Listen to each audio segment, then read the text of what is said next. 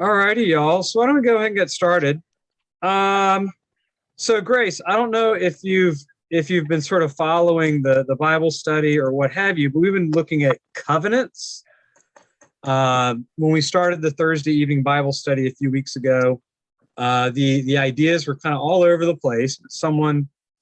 I'd say most everyone wanted to do something in the Bible to help the Bible make some sense, and how to take some of its language, imagery, ideas, and what do they mean? What do they mean for us? And one of those things that leaped out for some people was the idea of a covenant. What's a covenant? That language is in there. It's kind of unusual. We don't, often, use that language very often, much less kind of talk about them or live them out. So we've been sort of talking about covenants and kind of what they are. Anyone want to add to any of that I just said as kind of a way of introduction?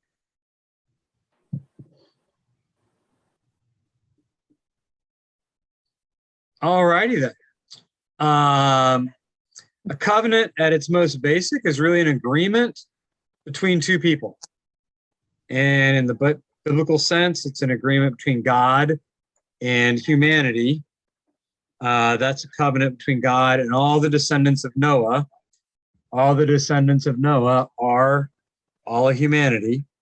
And then the special covenant God made with Abraham. And then eventually we'll get around to talk about the new covenant that God made in Jesus Christ. So in terms of an earthly sense, we often talk about covenant, probably used most often in the context of marriage, right? Talk about a marriage covenant. Mm-hmm. Anyone want to comment about marriage covenants at all? What do you think when you think marriage covenant? You know what I mean? Like, anything? What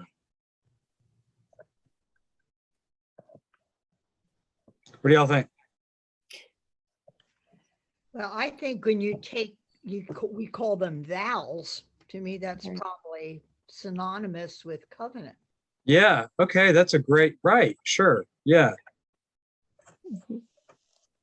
So you could look at the biblical covenants and say, oh, well, God's making a vow to Abraham.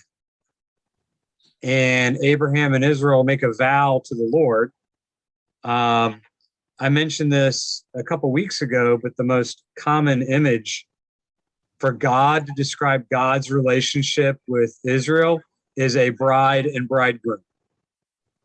I mean, there you have it, right? That marriage, wedding imagery to talk about the relationship, the covenant relationship. God says, I was Israel's bridegroom, and, she's my bride, and I love Israel, and da-da-da-da-da, that whole thing. That ringing bells, making sense a little bit? Mm-hmm. In the New Testament, Jesus uses a lot of bride and bridegroom imagery to talk about heaven, to talk about sort of that future consummation of God's will for all of humanity. Does that make sense? Y'all with me still? Mm-hmm. So a lot of symbolism gets wrapped up in all these images. Or maybe a better way of putting it is you got all these images and there's meaning behind the images. And the difficulty with us is we read the Bible and it's full of these images, and how do we interpret the images? This will sound strange, but I really do believe it. I think reading the Bible has as much or more in common with art interpretation than it does reading comprehension. Because so much of what we read are stories, images, pictures. Mm-hmm. That's how the Bible communicates to us. And how do you interpret an image, a portrait, a picture? Jesus says the kingdom of heaven is like, and then he tells a story. Or gives you a little snapshot of something. The kingdom of heaven is like a wedding banquet and they run out of wine. Well, okay, like, all right. I mean, you can almost paint the picture, like paint the painting almost. And what does Jesus do? He turns, water into wine. There's the story. Or the kingdom of heaven is like a guy who goes on a journey and, entrusts his servants with his property. Or like a guy going down to Jerusalem to Jericho and he gets beaten up by robbers. Okay. We read the stories, but there's really imagery underneath the stories that tells the story. And that's what we're interpreting. Mm-hmm. Pastor, one time I had been to a study and they talked about that, how the Bible kind of evolved. And one of the things that minister had stressed was the fact that the way history was always related, thousands of years ago, was always by the stories. So that's kind of how the stories evolved. Yeah. And it made sense to me, like you're saying that, there's so many stories and that story tells a story. Yeah, right. It's really, I try to think of a really basic image. See, there's the word, really basic image to try to kind of wrap my head around. The best thing I can think of is how you tell family stories. Mm-hmm. In the Sunday morning Bible study, I've used the image of a eulogy. You go to someone's funeral and someone gives a eulogy and they tell little stories about your Uncle Bob. Remember that time when Uncle Bob went fishing?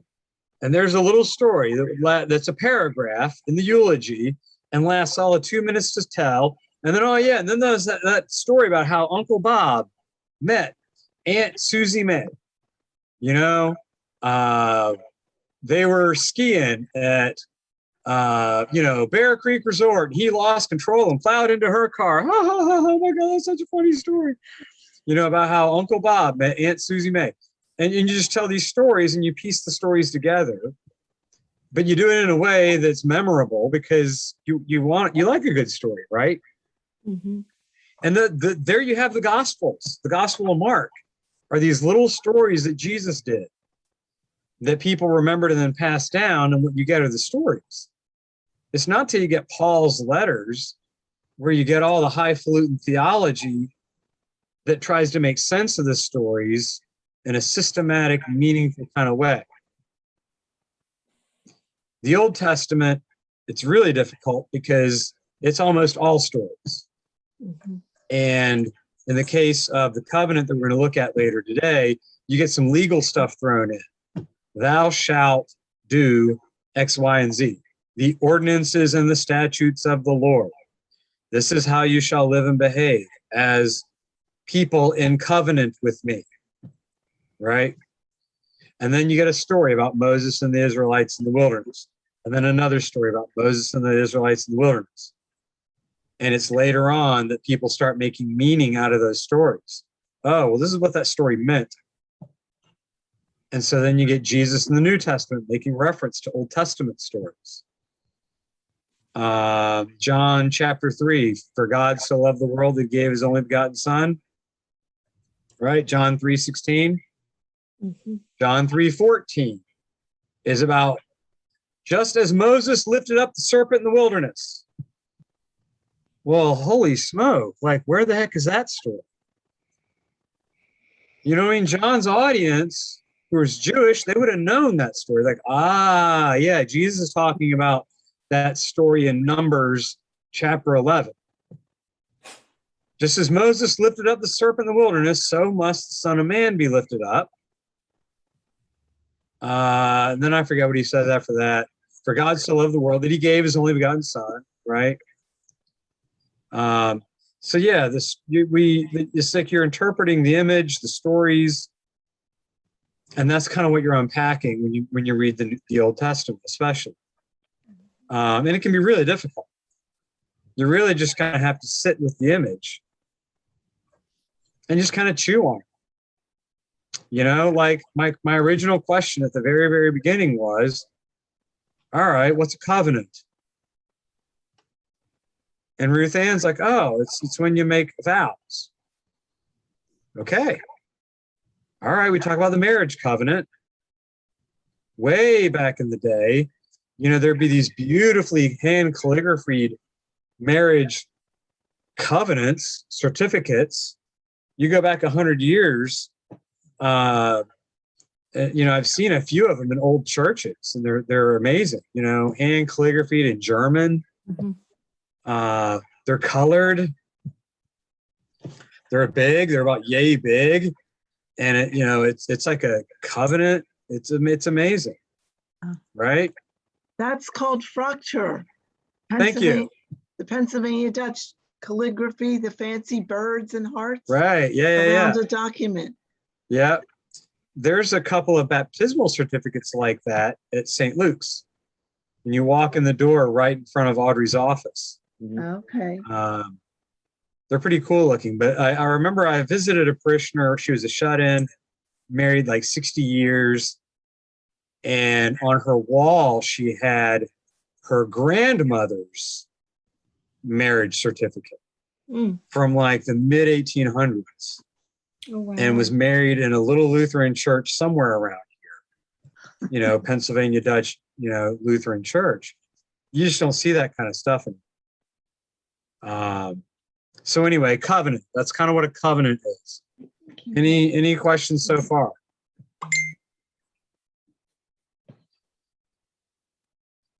Thoughts? I notice Clark's being awfully quiet. I was just listening in and refreshing back to some of our previous discussions. Okay. So yeah, that's kind of where we're at. So why don't we do this? If you go to Exodus chapter 20. Exodus 20 is the 10 Commandments. Ooh, okay. Exodus 20.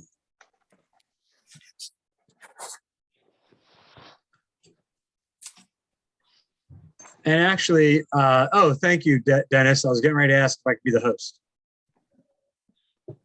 All right, I'm going to share my screen. And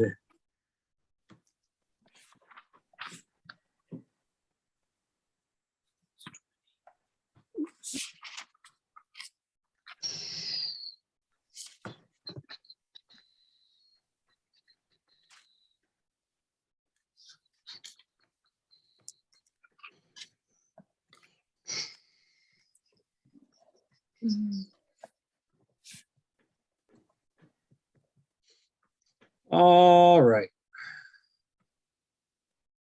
So if y'all got a good study Bible, I'd strongly encourage you to, you know, get a good study Bible, find it, write in the margins, you know, all that fun stuff.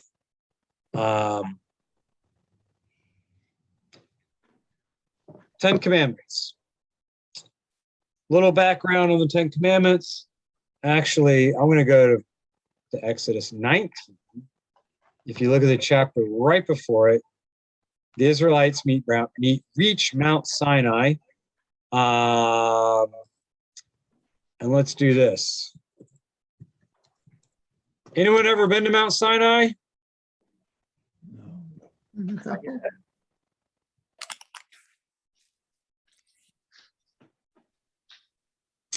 I have been fortunate. I went to Mount Sinai my senior year in seminary. And it was an amazing trip. We went to Israel and Egypt. We hiked up this rocky trail. And at the very tippy top of the mountain is a little chapel. It's kind of hard to describe. So, can y'all see the screen? Mm-hmm. Yes. Yes. I know we have someone who's in on the phone, who just logged in on their phone. I'm sorry, we won't be able to see the screen if you're just on the phone call. But if you're able to see video, that'd be great. At the base of Mount Sinai is a monastery called St. Catherine's, founded in the year 500 or a little earlier than that. One of the oldest monasteries in the world. And it's like a little oasis. That's why there's green, patches of green, and everything else is rock. The area in and around Mount Sinai, truly, it's like, nothing grows. Nothing. Huh. Wow. Yeah, pretty much nothing. And that's not an exaggeration. Wow. It really is pretty amazing. So you kind of, I mean, that really is what it kind of looks like. But I'm not sure I can find a picture of the chapel. It's up there. Is the chapel outside of the monastery? Yeah, it's on the tippy top of the mountain. Okay. So Mary, here's, didn't you go to Israel? We were to Israel, but we were not to Egypt. Oh, okay. so this little picture is a little hard to see. Let's see if we can blow it up a And I little was bit. in Egypt.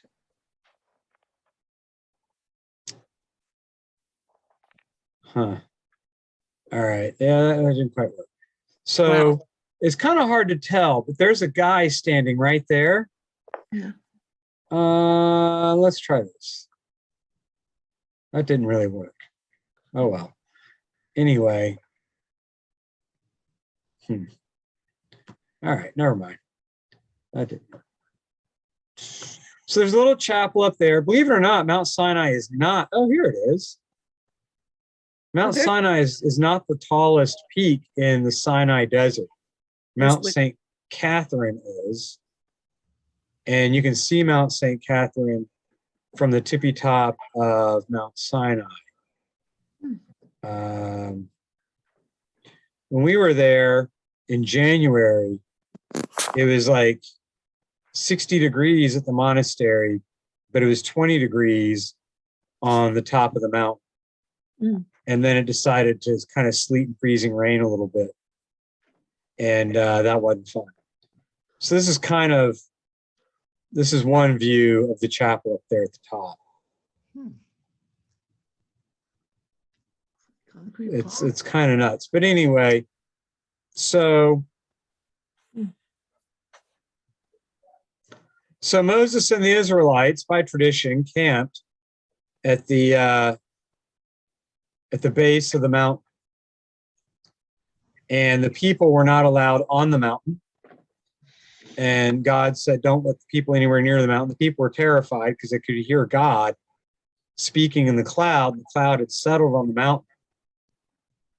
And so they were all kind of freaked out. And chapter 19 ends with basically God telling the people, consecrate them today and tomorrow. Take a bath. Don't go on the mountain. Don't touch the mountain. All right. On the morning of the third day, there was thunder and lightning, as well as a thick cloud on the mountain, a blast of a trumpet. Smoke, fire. Sounds like a volcano exploding. Go down and warn the people not to break through to the Lord to look, otherwise many of them will perish. People are not permitted to come up to the mountain. For you yourself, the people, and Moses is kind of quoting the people. Lord said, go down, come up and bring Aaron with you. Okay. So Moses went down to the people and told them. And then the very next chapter is the 10 Commandments. Then God spoke all these words. I am the Lord your God, brought you out of the land of Egypt, out of the house of slavery. All right. If you recall, God made a covenant with Abraham, an everlasting covenant, that Abraham and Abraham's children, will have lots of descendants and inherit a land, the promised land. God promised Abraham and all his descendants land. Y'all with me? Yep. Now, in modern day terms, that got to be called Zionism. So back in the late 1800s, early 1900s, there was like an international Jewish movement to try to found a Jewish state. At the time, the Ottoman Empire, the Turks, ruled the Middle East. And so the Zionist movement was, let's carve out some land, but it does not have to be Israel. All that changed after World War II and the Holocaust and the persecution of the Jews in Europe. And that's when the United Nations basically created the state of Israel, the modern state of Israel. Okay, so that kind of harkens back to the covenant of Abraham. But the Israelites multiply, they, become fruitful and multiply. They go down to Egypt. They become slaves in Egypt. And 400 years later, God, remembers his covenant, leads them out. And then you get the 10 Commandments. I'm the Lord your God who brought you out of the land of Egypt, out of the house of slavery. You shall have no other gods before me. Okay. The 10 Commandments are in the context of God freeing the people so they can go live in the land God promised them. Y'all with me? Make sense? Mhm. Yeah. As a covenant, think of it as the vows. So Israel, when they go into the land the Lord's going to give them, is going to vow that they're not going to have any other gods. They're not going to make themselves an idol. They're not going to make wrongful use of the Lord's name. They're going to remember the Sabbath and keep it holy. They're not going to murder or commit adultery or steal. All right. Now, how do you ratify a covenant? You sign it. Okay. How do you do that with God and like the nation of Israel? How do you do that with God? You carve it into stone. All right. And then what else? What else do you do? Anything else? A sacrifice. Ah, why? Why sacrifice? You want to unpack that a little bit, Clark? No, but I'd love to learn why. I'd love to learn the value of what made a sacrifice other than you were giving up something of your possessed property and giving that to the Lord as proof of your commitment. All right, let's generalize that. Okay. What other relationships do we make sacrifices for? For our wedding relationships. Are you looking back at Jane? Is she in the room? Yes. Good answer, Clark. Good answer. I'm doing it with a smile and love. There you go. With your children. Yes. Yeah, Mhm. right. For loved ones also. Yep. I'm looking at Joyce. I'm sure she's had to make lots of sacrifices for Spencer's sake. And that's a part of the vows, the covenant, whatever you want to call it, that you make on behalf of others. Mhm. So one of the things we didn't look at it, and we're not going to look at it today because that would get lost in the weeds. Excuse me, lost in the weeds. So God makes a covenant with Abraham. It's back in Genesis. God says, I'm going to do all this for you. You need to circumcise all of the males that are your descendants.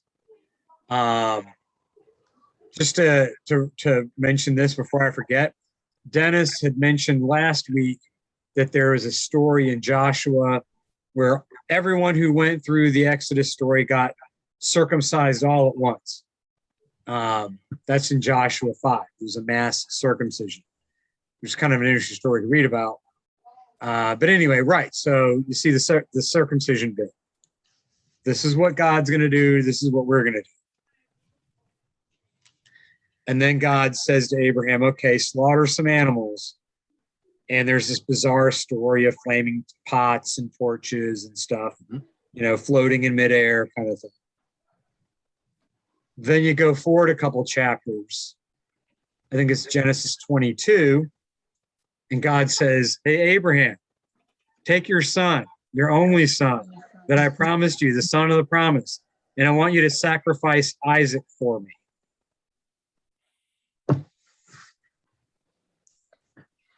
Whoa, really? It's probably the scariest story in the Bible. Mhm. Abraham being told to sacrifice the very child that God had promised. And of course, Abraham goes to do it. What is it about, again, the question about sacrifice and covenants? Why? I don't know. I mean, people have wrestled with this story for centuries, and there's no, nice, neat interpretation of the sacrifice of Isaac story. Abraham goes off into the wilderness with Isaac, ties him up, and then right before Abraham is about to do the deed, an angel stops him, says, wait. There's a ram over there in the thicket. Sacrifice the ram instead. So this idea of sacrifices and covenants and relationship,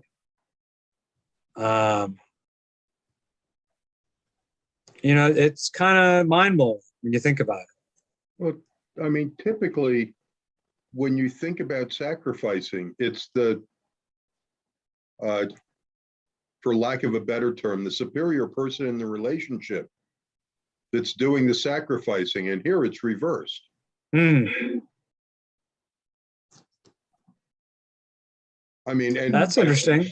And that doesn't mean that God hasn't sacrificed something for us. I have no idea. Well, he sacrificed his son. That's true.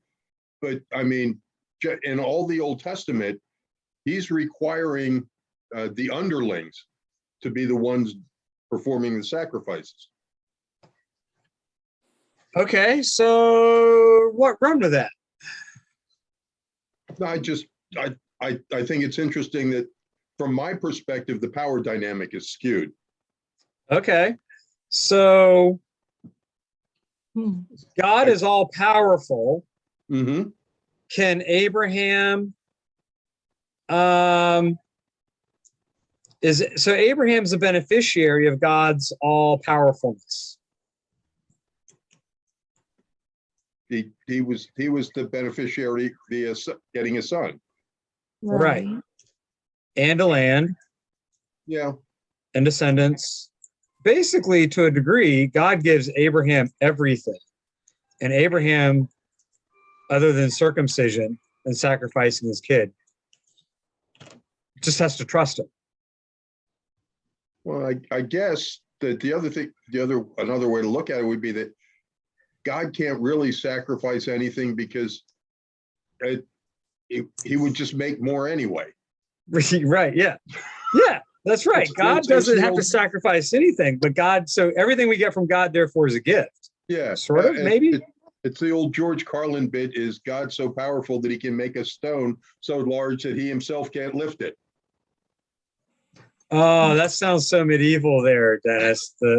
That's they would debate that in the Middle Ages. It's a George Carlin joke. I didn't make it up. Yeah, he didn't make it up either. He got that out of the Middle Ages. Medieval theologians would argue that. It looks like in the story in Genesis, it looks like the Lord blessed Abraham once he made the act. He said, because you have done this and have not withheld your son, your only son, I will indeed bless you, and I will make your offspring as numerous as the stars of heaven and the sand on the seashore. So it seems like once Abraham made it known that he was willing to obey God, then God blessed him. So it was actually that act of obedience that God rewarded. Right. Because to me, it was almost like more like a testing of, are you willing to give up the most prized possession that you have? Right. It's an uncomfortable story. I mean, I think y'all are right. I think all of y'all are right, actually. I think there's everything y'all have said, there's a lot of truth to it. And that's kind of what makes it an unsettling story. Are other relationships analogous to that?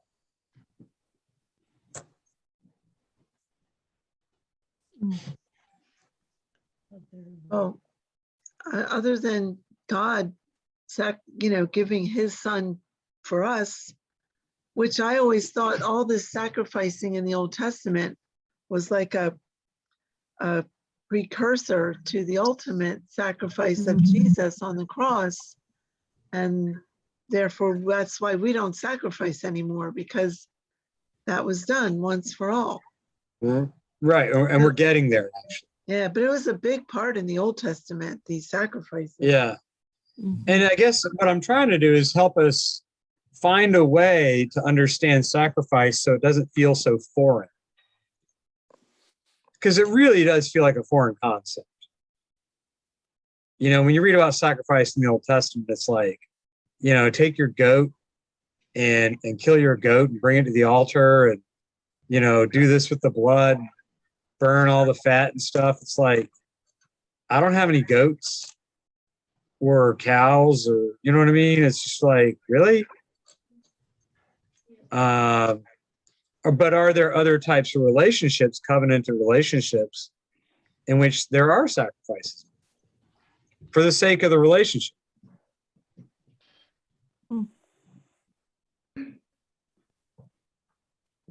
I mean, I think, go ahead, Dennis. people sacrifice in relationships, but not quite to that extreme. Okay. I mean, I'm not cutting off my finger or, taking my dog and offering him up, but, there's,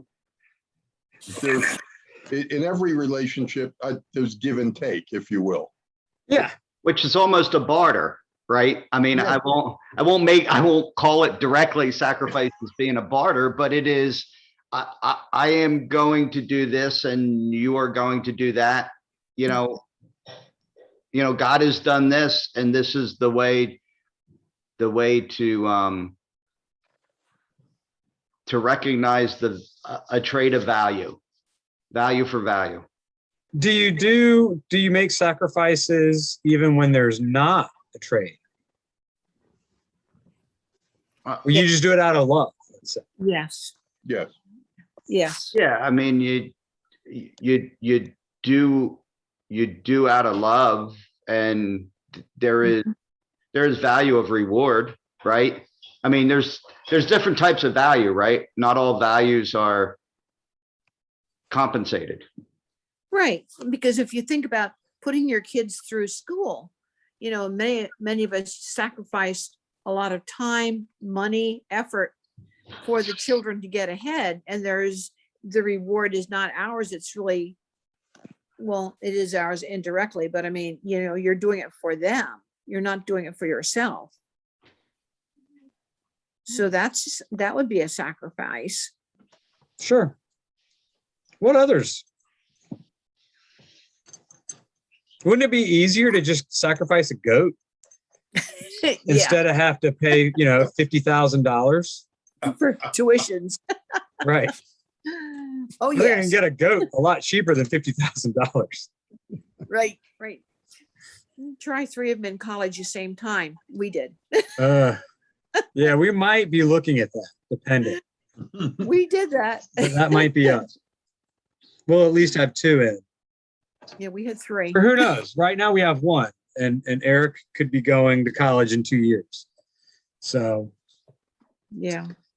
But yeah, I think we kind of do. We don't often think of it though in those kinds of terms. I mean, the first example that popped into my head, my wife put off graduate school for a year to move to Michigan and work at a crappy job and live in a crappy apartment so we could figure out whether we should get married or not. She had applied to master's in social work programs, had gotten into the University of North Carolina and Smith College outside of Austin, and had accepted Smith's admission.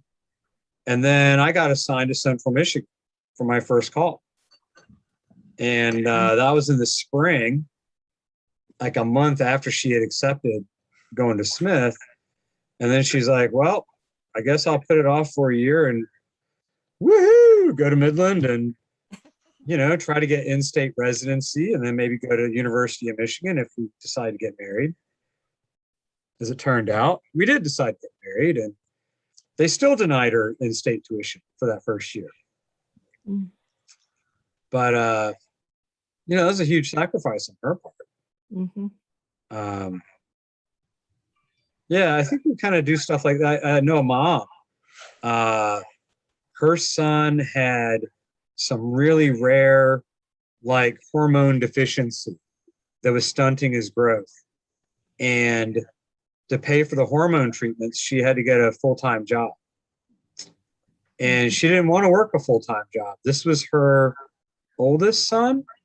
And then they had 3 other kids who were really young when he was diagnosed. Interesting factoid here. His hormone deficiency syndrome that he had is the same one that Lionel Messi had. Y'all ever heard of Lionel Messi? He's the world's best soccer player of this generation. Plays for Argentina, plays for Real Barcelona in Europe. Lionel Messi is truly the best soccer player of this generation. Messi had the same hormone deficiency, but was scouted out by this professional soccer team when he was a young teenager, and they basically paid for his hormone therapies. But this mom, whose son went to Phoenixville High School, graduated a year ahead of my son Nathan, she had to get the full-time job in order to make it work. That's a sacrifice, right? Mm-hmm. I think we make sacrifices like this kind of all the time. We don't think of it in terms of a covenant or whatever, but I think we do think of it in terms of a loving relationship. Mm-hmm. We do things for the sake of the loving relationship. And if you want to formalize that loving relationship, okay, then you have those unwritten rules, if you will, to preserve the relationship. I joked a couple weeks ago about, me and my wife, thou shalt not, thou shalt do the dishes at least once a week. Thou shalt leave the toilet seat down. You know what I mean? Mm-hmm. All of those Old Testament laws, it's just another way of God saying, you want to preserve your relationship with me and live long in the land that you're going to have. Here's some rules so that y'all can get along with each other. Have a boundaried relationship with your neighbors. Okay, because Israel's not supposed to do the things the neighbors do. So you got to have boundaries between you and the neighbors. Okay, y'all with me still? Mm-hmm. And to be able to preserve the relationship, a worshipful relationship with me, your God, who liberated you from slavery, gave you this land and made you numerous. Is that helpful? I'm trying to connect a whole bunch of dots all at once.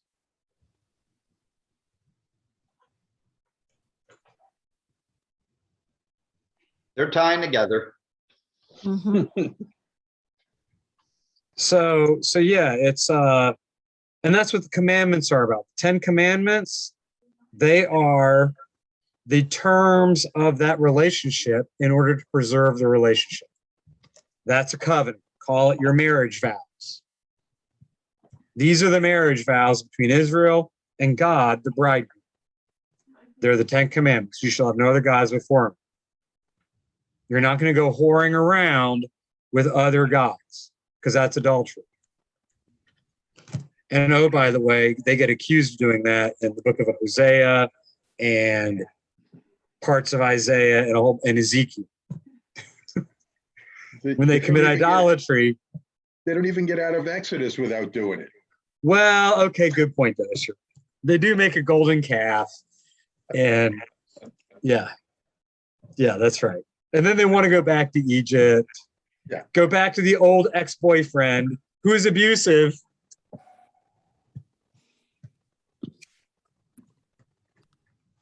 I mean, you can just run with that, right? So, 10 Commandments. And then the very next set of commandments has to do with an altar. What do you do on altars? You make sacrifices. Mhm. All right. And if you want to flip through quickly in your Bible, then you go to Exodus 22 and you get laws concerning slaves, laws concerning violence, lots of laws. All right. And some of them are, kind of random. If someone leaves an open pit, it doesn't cover it, and an ox or donkey falls into it, then the owner shall make restitution. All right. Okay. Laws of restitution, social and religious laws. You shall not permit a female sorcerer to live. That's an awful thing to have female sorcerers around. It's a problem in Metro Philadelphia. Then you get to news all the time. about the female sorcerers. All those female sorcerers.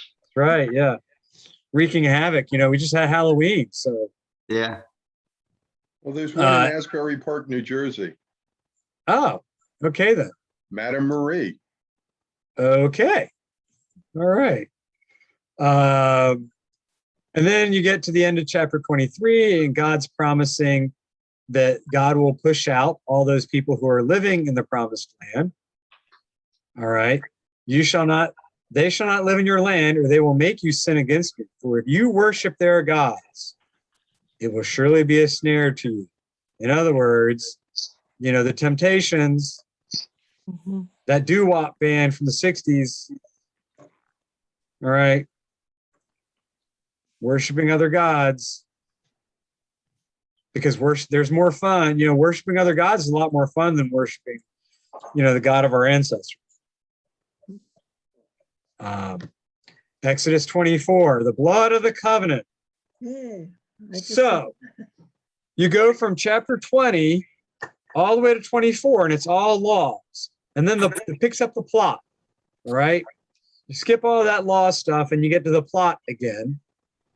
And here's the plot. Then the Lord said to Moses, come up to the Lord, you and Aaron, Nadab and Abihu, 70 of the elders, worship at a distance. All right. Moses alone shall come near. Moses writes all those things down, builds an altar. Okay. Sent young men who offered burnt offerings, sacrificed oxen as offerings of well-being. Moses took half of the blood and put it in basins, and half of the blood he dashed against the altar. I took the book of the covenant and the hearing of the people. So the blood is special, notice, because it's treated differently. You go back to Noah, covenant with Noah, and God says, the blood is mine because that has the life in it. All right. So the lifeblood literally is God's.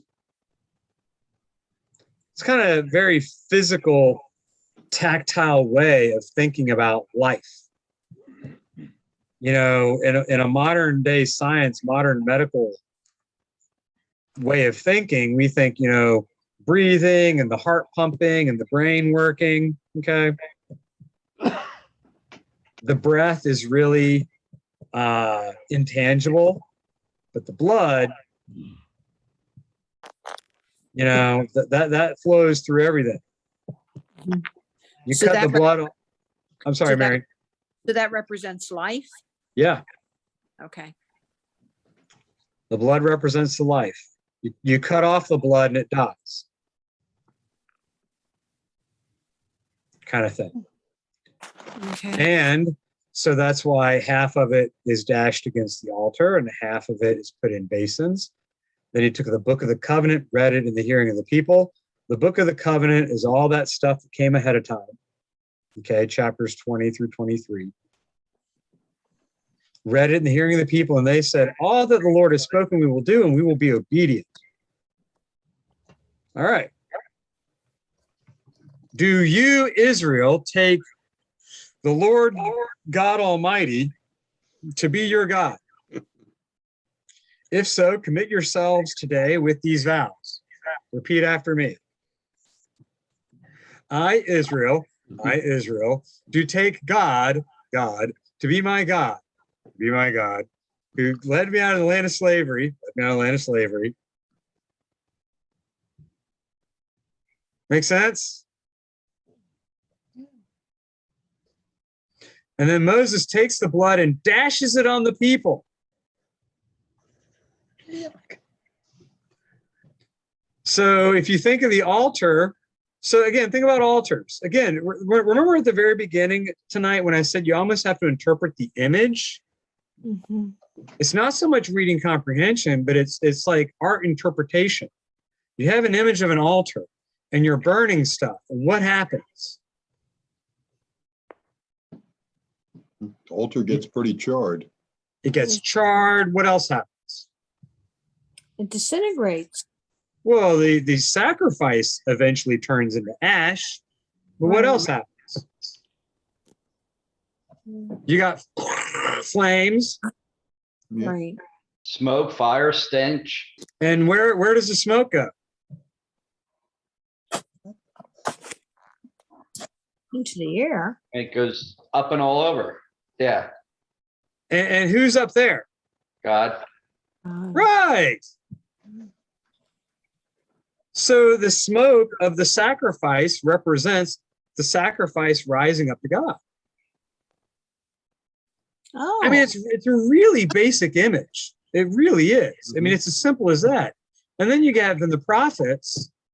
I think Amos is the one that leaps out where God and Amos is like, I hate your sacrifices. They're a stench in my nostrils. Yeah. We just read that. You know, I mean, really, there you have God up in heaven breathing in the smoke of the sacrifices, and it's a stench. It's just a brilliant image. It is a brilliant image. Just like, wow, you know?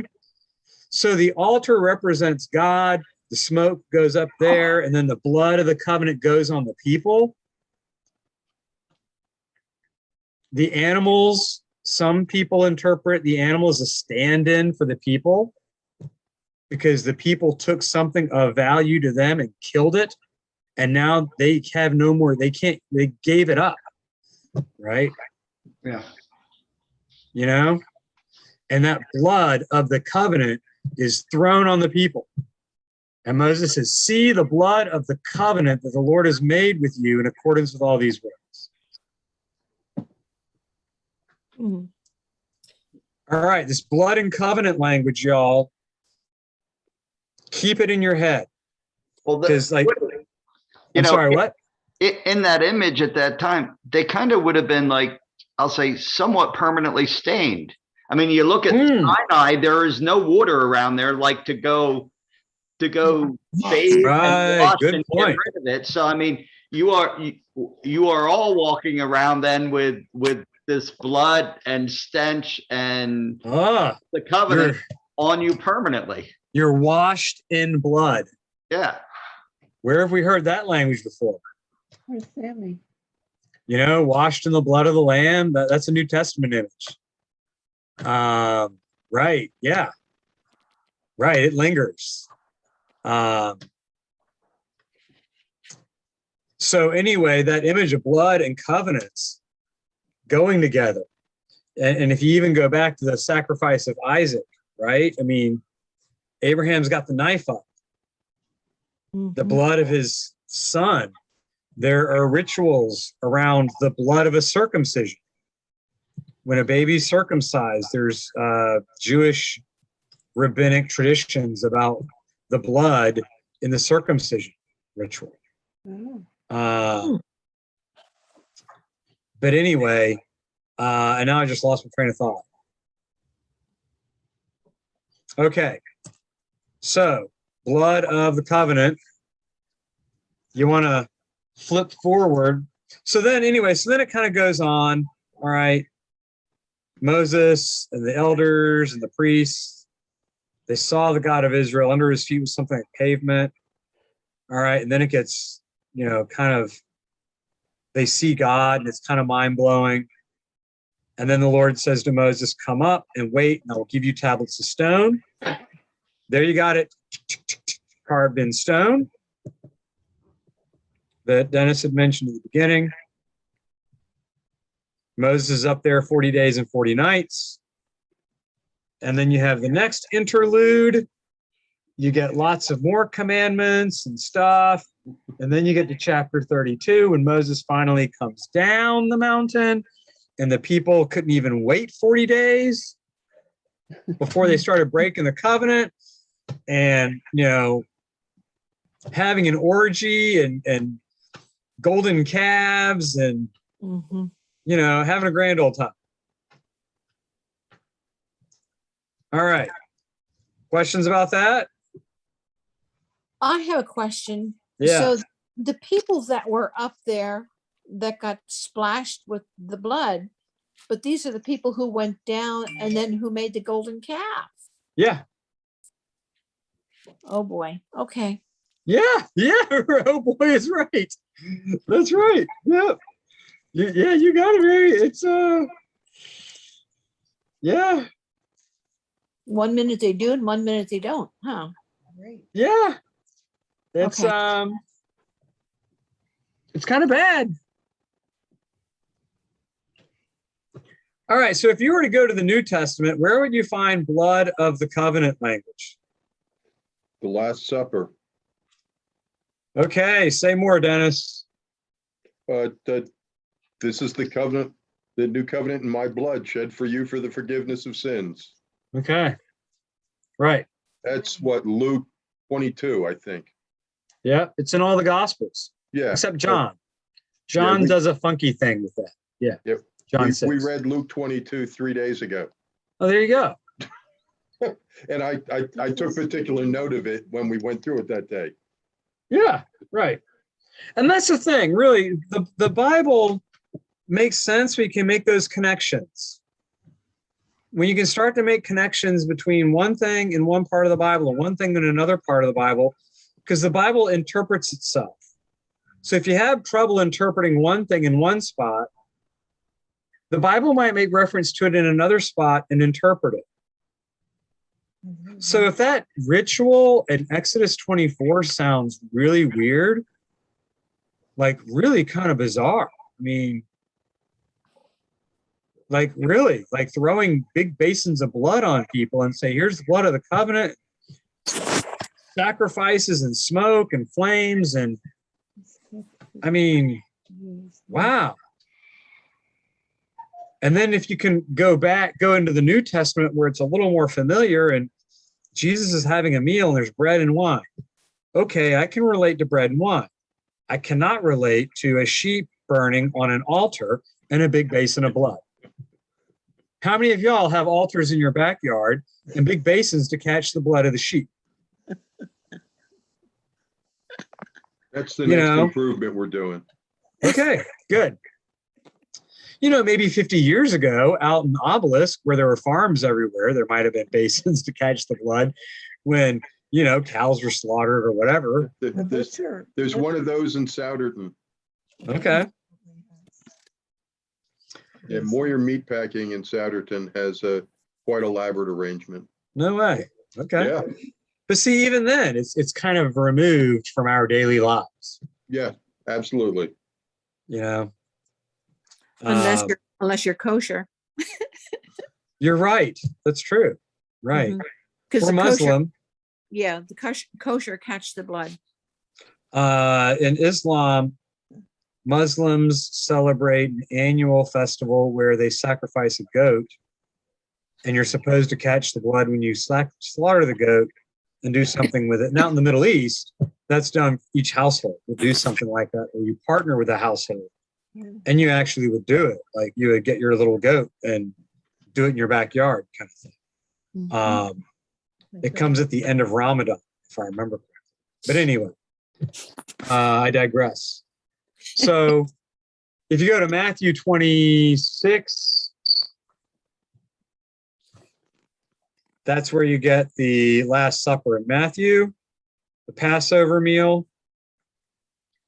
Passover story is Exodus. They slaughter a lamb. The blood of the lamb is put on the doorposts, and the angel of death passes over, right? Mhm. So then Jesus takes bread, takes wine. They're celebrating the Passover.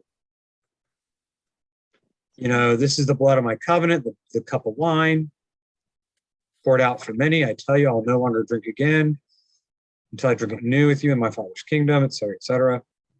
Okay. He gets betrayed, gets arrested before the high priest. Peter denies him before Pilate. Judas' suicide. The people cry out for Barabbas and to crucify Jesus.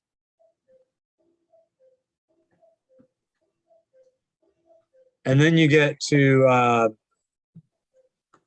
why did it do this? Verse 25-ish.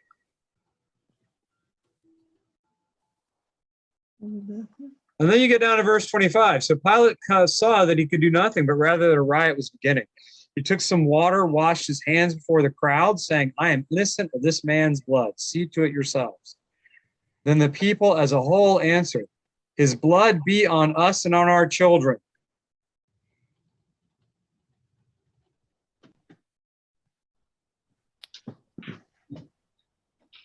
Now that verse has a very bad history of interpretation over the centuries for a variety of reasons.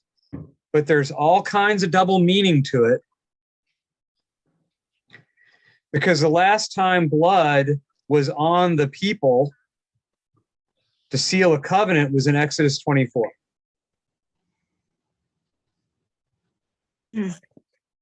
There's some really profound irony going on. Do you see what I mean?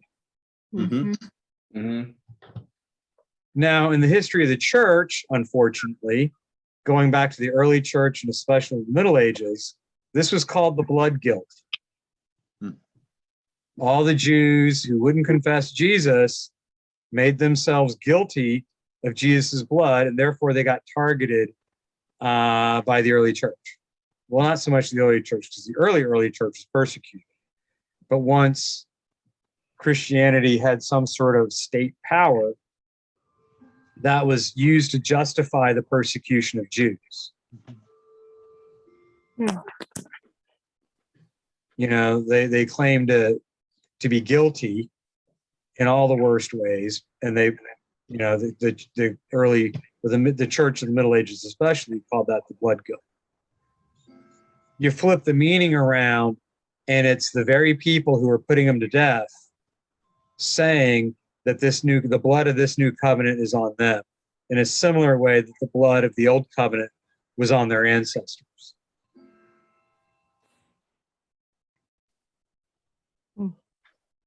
I just think that's really interesting. What that means exactly, I don't know. But again, you can kind of run with it a little bit.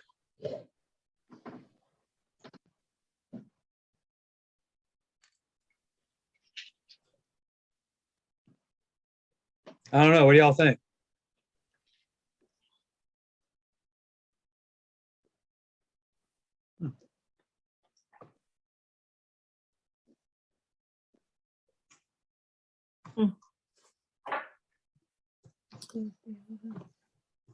Well, if you think about the fact that in today's society, if we say the blood's on you, that means you're guilty of something, and more it's of a guilt kind of thing.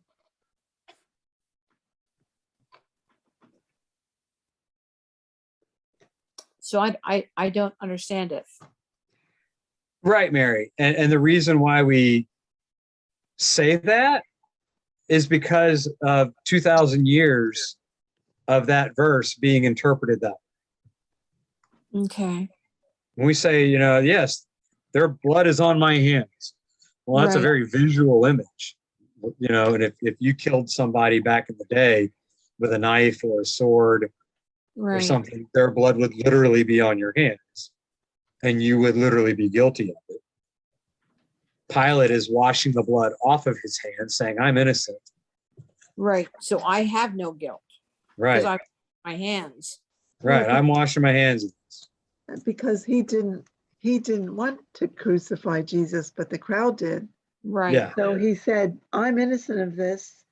See to it yourselves. And the people actually said, his blood be on us and on our children. Ah, Yeah. Right. that's cold-hearted. It is. And so that was justification for the church to persecute the Jews Oh, because they saw all the Jews, his blood be on our children. Mhm. Well, if you That's were right. Jewish in the Middle Ages, you know, your ancestors are guilty of the blood of Jesus. And your ancestors said that guilt's going to be on you. So it ended, that's why I'm saying that verse had a really bad history of interpretation in terms of persecuting the Jews. okay. Mm. Well, but does it go back to the prophecy that God creates back in Exodus by putting the blood on them and that driving, you know, that going on for those 2,000 years until Jesus comes and forgives our sins? You know, does he stain them in Exodus Mhm. in order, although selected with a covenant, that covenant having the negativity of them getting stained with the blood back in Exodus all the way through to Jesus, Mm. that they were selected for that,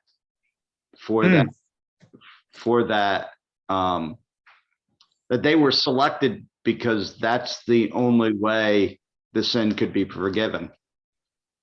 And they lived in that turmoil for all that time. So you're saying that original stain that was on them. Was the same stain being Mhm. brought out again by Pontius Pilate. Hmm. Yeah, I think that's where the two images connect. Right, because The I mean, image of yeah, I mean, you're having you're kind of at the, hey, you know, there's this, you know, early church of connecting it as, you know, the blood is on their hand, but was it literally modeled that way forever? yeah, and I think that's where there's like a double meaning behind it, and the one meaning got lost. I think the early church and the church in the Middle Ages picked up on the blood guilt of the Jews and ran with the blood guilt part. Yeah. But I think Matthew is saying that the covenant that's the covenant that's made in Jesus' death, blood be on us, is the same kind of covenant that God made with the Israelites back in Exodus 24.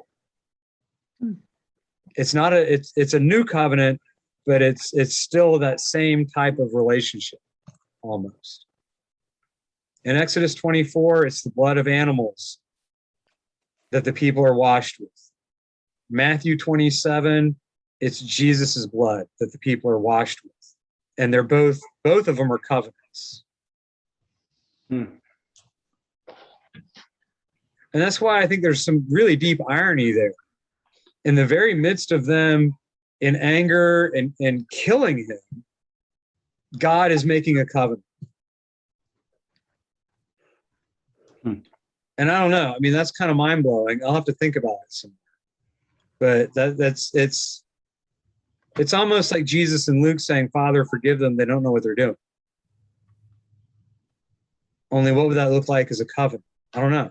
Yeah, well, so I go back to something you said 2 weeks ago, and I will not be able to quote you, but what I walked away with was Jesus made a covenant. I'm sorry, God made a covenant for all of us through Moses. He then narrowed it down to the Jews. I'm sorry, made the covenant for all of us in Noah, Yeah. narrowed it down to the Jews in Moses, This is. and to the point of then protecting the Jews through that with the covenant, and then opens it back up and covers all of us again with Jesus. And is it the start and the start and finish of narrowed and then opened back up is the start of the blood and the end of the blood? Yeah, I think so. Yeah. Our second reading, we're out of time. Yeah. But Hebrews 10, which was the second lesson this past Sunday, talked about, with the Old Testament covenant, the priest offers again and again the same sacrifices that can never take away sin. But when Christ had offered for all time a single sacrifice for sins, he sat down at the right hand of God. For by a single offering, he has perfected for all time those who are sanctified. And then Hebrews quotes Jeremiah 31. This is the covenant that I will make with them after those days, says the Lord. I will put my laws in their hearts. I will write it on their minds. I will remember their sins and their lawless deeds no more. Where there is forgiveness of sin and lawless deeds, there is no longer any offering for sin. And so then he kind of goes on. Therefore, my friends, since we have confidence to enter the sanctuary by the blood of Jesus, by the new and living way that he opened for us through the curtain. And then, my God, Hebrews runs with all this, sacrificial Old Testament temple imagery. We have a great high priest, approach with a true heart, hearts sprinkled clean from an evil conscience, bodies washed with pure water. Okay. Yeah. But it's interesting how Hebrews again puts it in the context of a covenant. Talks about what Jesus did as a covenant, and in particular sacrifice.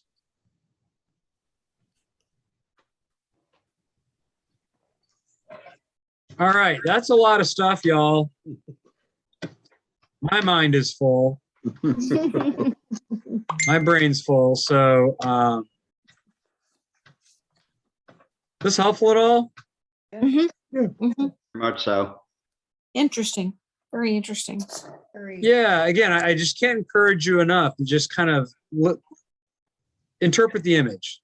What's there in the image, and kind of run with the image, and try to connect the image with other images in the Bible or with other things that kind of fit, like the whole vows and, marriage covenant and sacrifices and a loving relationship. All that stuff gets all wrapped up together. And I think it can be helpful when we interpret the Bible. All right. If no one else has any other questions, thoughts, ideas?